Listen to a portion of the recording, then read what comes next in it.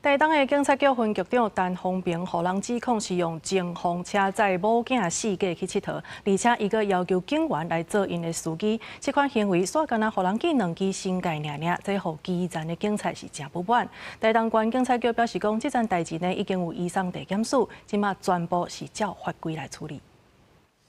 台东分局长陈宏平去年上任，被指控去年7月到9月之间用前方车搁指派员警赛车，真侪摆载太太囡仔到台东看热气球甲各地旅游有公器私用盗窃嫌疑。被检举了后，台东县警察局该记2摆新界处分，引起基层县警不满。地方民众认为安尼行为真不应该。观感不好。不关公务的话，那就是有待斟酌了。台东县警局表示，去年10月接到检举了后，督察科就调查相关人员，当时用涉嫌盗窃、诈欺甲背信者罪嫌移送地检署侦办。